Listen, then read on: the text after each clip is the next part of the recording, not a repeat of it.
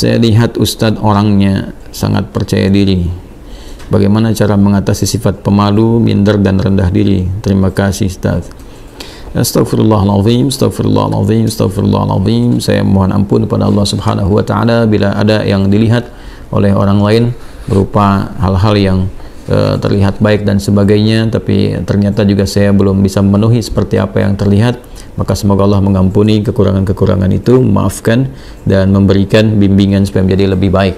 Ya, teman-teman sekalian, membangun kepercayaan diri pada hal yang positif itu tidak diikat dengan profesi seseorang, ya, atau tugas seseorang. Ya, kepercayaan diri itu tidak melekat kepada seorang ustadz saja, kiai saja, ya, seorang habib misalnya, seorang guru. Tidak, tapi semua kalangan sepanjang mengerjakan nilai kebaikan mesti membangun kepercayaan diri yang kokoh pada dirinya untuk komitmen mengerjakan kebaikan itu, sehingga melahirkan motivasi kuat untuk melakukannya, mengerjakannya siapapun dan apapun yang dia kerjakan. Apakah ia misalnya dia di birokrat, ya, di dunia birokrasi, apakah di dunia diplomasi, apakah seorang pebisnis, seorang pedagang, seorang perawat, dokter, insinyur, bahkan misalnya dosen, guru, mahasiswa, atau juga pekerjaan-pekerjaan yang dilakukan pada umumnya masyarakat, ya, baik bertani, berkebun misalnya dan sebagainya. Semua butuh kepercayaan diri dibangun sepanjang dikerjakan itu baik, ya, sepanjang yang dikerjakan itu baik. Nah, sekarang membangun kepercayaan diri itu seperti apa? Maka dimulai dengan hadis Nabi Muhammad SAW yang diriwayatkan oleh sahabat Umar bin Khattab radhiyallahu taala anhu, haddatsana qala, ya kan, an Abi Hafs Umar bin Khattab radhiyallahu taala anhu qala Rasulullah sallallahu alaihi wasallam, innamal a'malu binniyat wa innama likulli imri'in ma nawa, faman kanat hijratuhu ila Allah wa rasulihi fa hijratuhu ila Allah wa rasulihi, ya, faman kanat hijratuhu lidunya yusibuha aw imra'atin yankihuha fa hijratuhu ila ma hajara ilaih. Itu kan rawahul Bukhari. Maka di sini Nabi memberikan tips kepada kita semua, pesan yang sangat kuat. Seseorang itu kalau ingin mengerjakan sesuatu, kembalikan kepada motivasi terkuat dalam dirinya, ya, yaitu niatnya. Jadi ada 3 tahapan kita mengerjakan sesuatu itu berdasar dari dasar hati kita dulu. Yang pertama ada keinginan, ya, yang kedua ada tekad, yang ketiga ada niat. Nah, keinginan itu disebut iradah namanya. Setiap orang tuh ingin pada segala yang baik. Ya, kalau Anda tanya, mau nggak ke surga? Semua jawab mau. Ingin nggak haji tahun ini? Semua orang ingin. Ya, tapi apakah setiap yang punya keinginan punya tekad? Belum tentu. Ya, tekad itu azam namanya, azimah, punya tekad. Baik, saya ingin ke surga, saya punya tekad yang kuat untuk bisa mendapati itu. Ya, nah tekad ini akan menurunkan turunan-turunan sampai nanti ke niat. Ya, sama persis saya pengen haji nih tahun depan, pengen banget, ya. Beda dengan yang sekedar ingin. Kayak ingin haji, ingin saja, tapi punya tekad, dia ingin mewujudkan keinginan itu. Nah, tahapan mewujudkan tekad tuh ke selanjutnya disebut dengan niat. Ada usaha pendahuluan, ya, nabung dari sekarang, terus berikhtiar, ya, ikhtiar yang optimal sehingga apa yang kita tekadkan itu bisa tercapai. Ingin ke surga, alhamdulillah, bertekad, apa surganya nih, Firdaus, maka kita siapkan, ya, berniat betul-betul, bikin tekadnya itu terwujud dalam bentuk perencanaan awal, perbaiki diri, boleh berhijrah, ya, berhijrah mendekat, meninggalkan yang buruk. Hijrah itu meninggalkan kebiasaan yang kurang baik, yang tidak Allah sukai, kepada kebiasaan baik yang Allah dan Rasulnya sukai. Itu poinnya. Jadi hijrah itu bukan menuntut kita pindah kepada suatu tempat tertentu, ya, kecuali kalau di tempat kita beraktivitas itu sangat tidak kondusif sekali. Ya, susah mendekat kepada Allah, terancam dalam keburukan. Ya, di tempat kerja misalnya, tempat kerjanya diliputi keburukan-keburukan yang sulit sekali mendekat kepada Allah. Mau sholat susah, baca Quran susah. Sementara kita sadar bahwa rezeki itu yang mengatur Allah, kan kita sadar betul Allah Maha Pemberi rezeki, Allah mendatangkan rezeki. Ya, kenapa kita tidak berpindah ke tempat yang kemudian Allah sukai dan dengan itu keberkahan Allah berikan? Toh tetap kan rezeki tidak akan tertukar, toh tetap tidak akan berkurang. Ini kan poinnya. Nah, itu hijrah yang menuntut perpindahan tempat. Sama dengan tinggal di lokasi misalnya yang di tempat tinggal itu walaupun kompleknya terlihat megah dan sebagainya, tapi fasilitas untuk masjid tidak ada, mau pengajian susah, mendekat kepada Allah juga tidak mudah, gitu kan? Anda mencari tempat yang teduh, yang nyaman ibadah, yang enak beraktivitas, di situ kemudian Anda membangun kepribadian yang lebih dekat dengan Allah Subhanahu wa Ta'ala. Jadi hijrah itu prinsip dasarnya meninggalkan perbuatan yang tidak disukai oleh Allah dan Rasulnya kepada kebiasaan dan perbuatan yang disukai Allah dan Rasulnya. Jadi bukan menuntut satu perpindahan secara langsung, ya, atau pindah kepada misalnya komunitas, pengajian, golongan tertentu. Bukan itu poinnya. Jadi jangan Anda katakan kalau berhijrah ini pindah ke golongan A, komunitas B dengan nama tertentu dan sebagainya. Bukan itu poinnya. Ya, lebih kepada mendekat kepada Allah. Siapapun yang bisa membimbing kita sepanjang sesuai dengan ajaran-ajaran yang disampaikan oleh Nabi, mengacu kepada keterangan dasar Al-Quran, ya kita ikuti dalam kebaikan, ya, tanpa harus mencela atau menepikan orang-orang atau golongan-golongan lain tertentu. Nah, dalam konteks berpindah ini, maka lakukan semua karena Allah. Ya, motivasinya karena Allah dulu, nanti supaya dibimbing oleh Allah. Karena nanti orang melakukan sesuatu itu banyak motifnya. Ya, tadi kata Nabi kan, "Faman kana hijratuhu lidunya yusibuha", ada yang karena materi dunia. Ya, jadi Anda ini melakukan aktivitas untuk percaya diri ini, ya, mengatasi sifat malu, minder, macam-macam. Apa yang mau dikejar? Karena dunia. Ya, kalau cuma dunia orang banyak sekarang. Ya, ada latihan-latihannya segala rupa untuk mencapai pekerjaan tertentu. Ada latihan sekarang di bidang bisnis misalnya. Dilatih Anda public speaking, bagaimana bicara depan orang, begini, begitu, dan sebagainya untuk capaian dunia. Ya, Anda akan dapat. Kata Nabi, Anda akan dapat. Ya, tidak ada kesalahan di dalamnya, sepanjang dicari itu baik, tapi belum tentu ada pahala untuk bekal pulang. Nah, niat itu menentukan apakah apa yang akan kita cari ini disukai oleh Allah sehingga punya bekal akhirat, value-nya value akhirat, atau cuma dunia saja. Itu poin pertamanya. Jadi tanamkan pada diri kita itu motivasi yang kuat untuk mengerjakan sesuatu ini lillah, karena Allah, ya, dan Rasulnya. Nanti karena Allah itu memberikan kekuatan pada jiwa, dan Rasulnya memberikan bimbingan yang sudah Nabi contohkan kepada kita, ya, dan mewariskan pedoman-pedoman kehidupan yang abadi sifatnya. Nanti tinggal diikuti di situ, ya kan? Nah, jadi yang pertama adalah membangun kekuatan niat, motivasi diri dulu. Motivasi diri dulu. Saya ingin melakukan ini sebagai hujjah saya ketika kembali kepada Allah. Ya, saya ingin melakukan ini, ya, supaya Allah ridha dengan saya. Nanti dari niat yang benar itu Allah berikan kekuatan pada diri kita. Nah, niat itu diterjemahkan dengan apa? Setelah muncul dalam hati kita, kita akan memulai aktivitas itu yang baik itu, maka kita bisa mulakan itu dengan memohon kepada Allah. Nah, di sini dia. Jadi membangun sifat kepercayaan diri, diantaranya memulai dengan menautkan aktivitas yang akan kita kerjakan, ya, dengan harapan perlindungan dan pemberian kekuatan serta bimbingan dari Allah. Mohon taufik namanya, minta. Nah, itu keadaan itu disebut dengan tawakal namanya. Ya, tawakal itu menyerahkan keadaan kita yang akan kita ikhtiarkan, baik mulainya ataupun akhirnya kepada Allah, gantungkan kepada Allah, sehingga Allah memberikan perlindungan yang paripurna kepada diri kita. Maka Nabi mengajarkan kita untuk berdoa dalam memulai segala hal. Nah, doa itu juga membangun kepercayaan diri. Makanya orang kalau mau mengerjakan sesuatu, ketika dia berdoa lebih kuat kan? Ya, Anda mau bicara, Anda berdoa. Dan diajarkan kan di Quran, di surat Thaha itu, bagaimana seorang Musa alaihissalam dibantu sekretarisnya Nabi Harun alaihissalam, ya, dua-duanya datang kepada Fir'aun untuk berdakwah, menyampaikan kebaikan, membangun kepercayaan dirinya bagaimana? Kan berdoa dulu. Ya kan? Setelah dia berniat baik, menjadikan semua urusan karena Allah, dibimbing oleh Allah tuh. Ya, bimbingannya indah sekali. Jadi bimbing oleh Allah, nanti kalau datang katakan yang baik-baik, katakan yang lembut supaya dia sadar. Ya, di Quran surat Thaha itu kan ayat 43 sampai 44, faqula lahu qawlan layyina la'allahu yatadzakkaru aw yakhsha. Katakan yang lembut, ya kan? Katakan yang halus, tutur kata yang baik, yang elok dengan retorika yang benar, ya kan? Sampaikan aja. Nah, mudah-mudahan dengan itu nanti, ya, ada kelembutan pada hati dia sehingga dia merasa takut kepada Allah dan memperbaiki diri. Nanti Allah bimbing, berikan kekuatan. Makanya nanti ayat-ayat berikutnya itu memberikan kepercayaan diri yang kuat kepada Musa. Ketika tawakal itu ada, lalu dibimbing doanya, Rabbi shrahli sadri wa yassirli amri wahlul 'uqdatam bil lisani yafqahu qawli.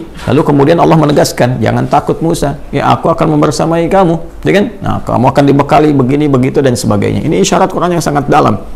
Tautkan aktivitas kita kepada Allah Subhanahu wa taala, lalu bacakan doa. Kalau di sini terkait dengan bagaimana supaya tampil bisa bicara dan sebagainya, doanya juga ada sendiri. Seperti tadi diajarkan di Quran, Rabbi shrahli sadri wa yassirli amri wahlul 'uqdatam min lisani yafqahu qawli. Nanti untuk belajar supaya pede nih, ya, jangan sampai pesimis, waduh saingannya berat nih, waduh ini bisa nggak lulus ujian. Percaya diri, yang dituntut ikhtiar kok. Nanti Allah yang mengatur Anda masuk di kampus mana, di sekolah mana yang terbaik untuk masa depan kita. Kadang-kadang harapan kita ke A, tapi kata Allah jangan ke situ, kamu ke B aja, karena kamu nanti bakatnya akan dibutuhkan di bidang ini. Bisa terjadi. Ya, harapan masuk A, tiba-tiba masuk B, dan semua kampus bisa mendapatkan bagian-bagiannya gitu ya. Nah, maka di sini penting kita ikuti. Doa-doanya banyak ya. Rabbi zidni ilma warzuqni fahma, Allahumma faqihni fid din wa 'allimni ta'wil, sesuai dengan bidangnya masing-masing. Kalau belum tahu doanya, ucapkan apa? Ucapkan seperti Nabi bimbing dalam hadisnya. Ya, qala Rasulullah sallallahu alaihi wasallam, kullu amrin dhi balin la yubda'u fihi bi bismillahirrahmanirrahim fahuwa abtar. Maka mulai dengan bismillahirrahmanirrahim. Perbuatan baik itu niatkan, ya. Dalam diri kita kuatkan, ucapkan bismillahirrahmanirrahim. Anda mau kerjakan apa nih? Mau pidato? Bismillahirrahmanirrahim.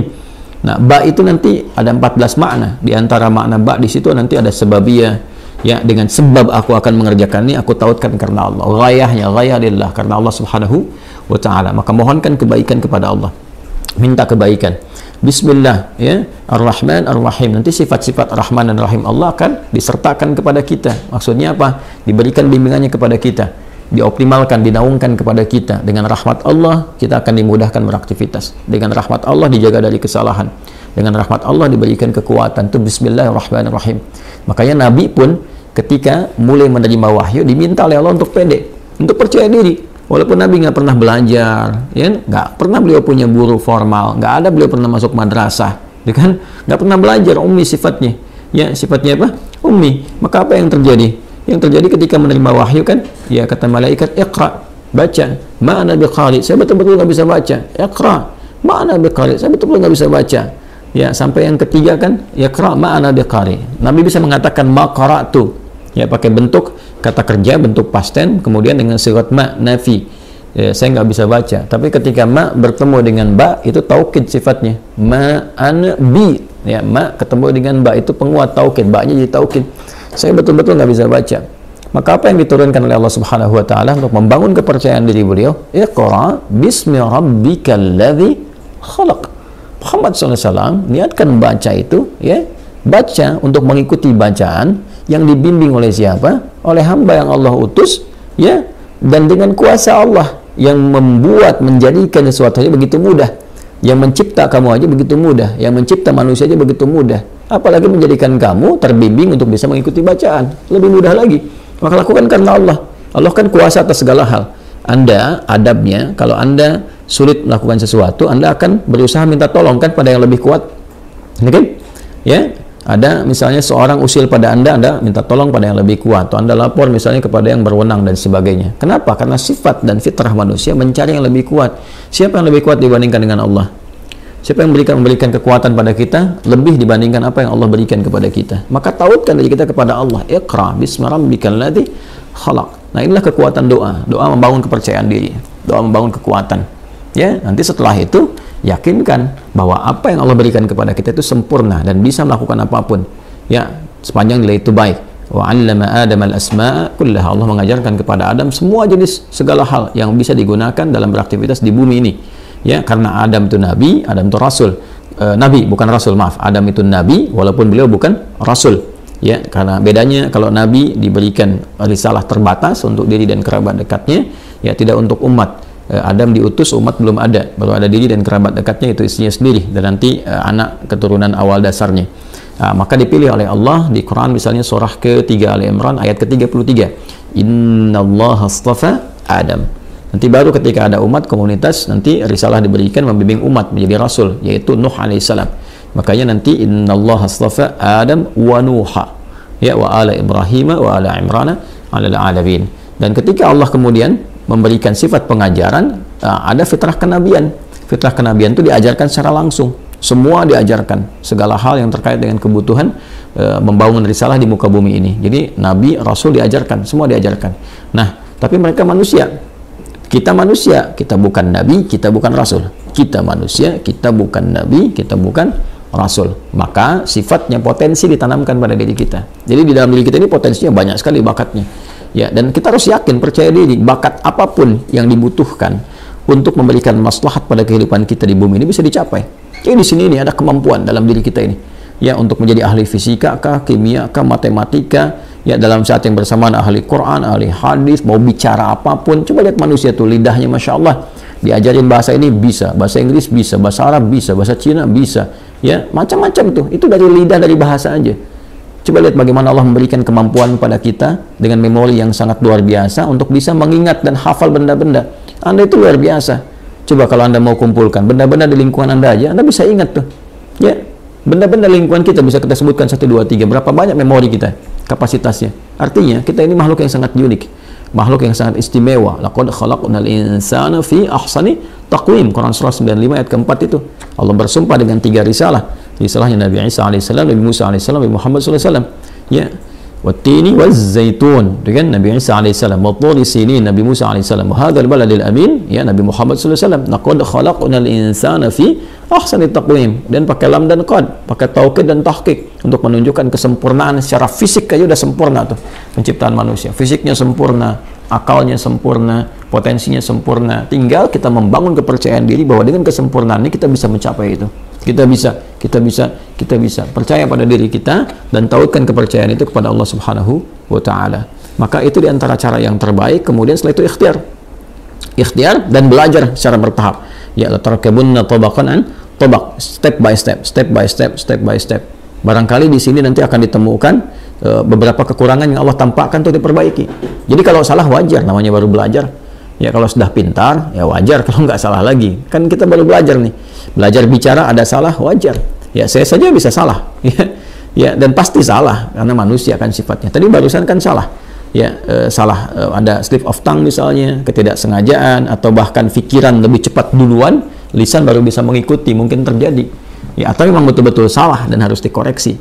Ya tidak ada yang sempurna. Karena itu disebut dengan insan, kata Ibnu Abbas radhiyallahu taala anhuma, yang dikutip kemudian oleh Ibnu Mandzur dalam kitabnya Lisanul Arab, summiyal insanu insanan minan nisyan. Ya disebutkan insan itu ya dari kata nisyan. Nisyan itu lupa. Ya manusia itu akarnya insan seakar dengan nisyan, yaitu lupa. Li'annahu 'indama uhida ilaihi fanasiya. Karena ketika dia punya komitmen kadang dia lupa. Dia punya komitmen dengan Allah untuk menyembah, dia lupa nggak nyembah Allah. Dia punya komitmen berbuat baik, dia lupa nggak berbuat baik. Ya makanya kalau ada orang berdusta, sebetulnya dia tahu dusta itu salah, cuman saat berdusta dia lupa. Ya, dia tahu korupsi itu salah, cuman saat korupsi dia lupa. Nah, makanya lupa itu seringkali disandingkan dengan salah. Ya, nasiya itu lupa, nasitu saya lupa, nasina ya kita lupa, akhta'a itu salah, akhta'tu saya salah, akhta'na kita salah. Rabbana la tu'akhidna in nasina au akhtana. Ya Allah mohon jangan hukum kami kalau kami pernah lupa dan dari lupa itu jadi salah. Itu di Al-Baqarah ayat 286. Di Nasiyah itu lupa, nanti turunannya insan. Insan disebutkan setidaknya 65 kali kurang lebih dalam Al-Quran. Nah, kadang repotnya makanan kita nasi. Nasi. Banyak makan nasi, banyak lupa. Saya pernah waktu kuliah itu dosen kami tanya, mana kita apa artinya ini? Kita jawab kompak, nasina ya Ustaz, kami lupa. Maka Ustaz kami respon, akaltum nasi katsiran fanasitum.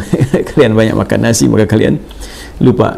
Nah itulah diantara langkah-langkah awal membangun kepercayaan diri, memotivasi, menguatkan niat, memohon kepada Allah bimbingan, kemudian mendekatkan diri kita kepada Allah dengan berdoa sesuai dengan objek aktivitas yang akan kita kerjakan, atau setidaknya mengucapkan bismillahirrahmanirrahim sebelum memulai aktivitas.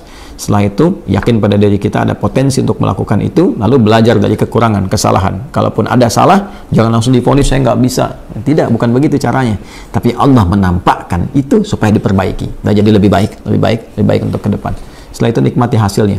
Ya, ikuti, nikmati dan bangun tawakal hasilnya kepada Allah. Fa idza faraghta fansab wa ila rabbika faragam. Kalau sudah selesai, tata lagi dan hasilnya tujukan kepada Allah, tawakal. Bagaimana Allah memberikan yang terbaik kepada kita. Wallahu ta'ala a'lam bis-shawab.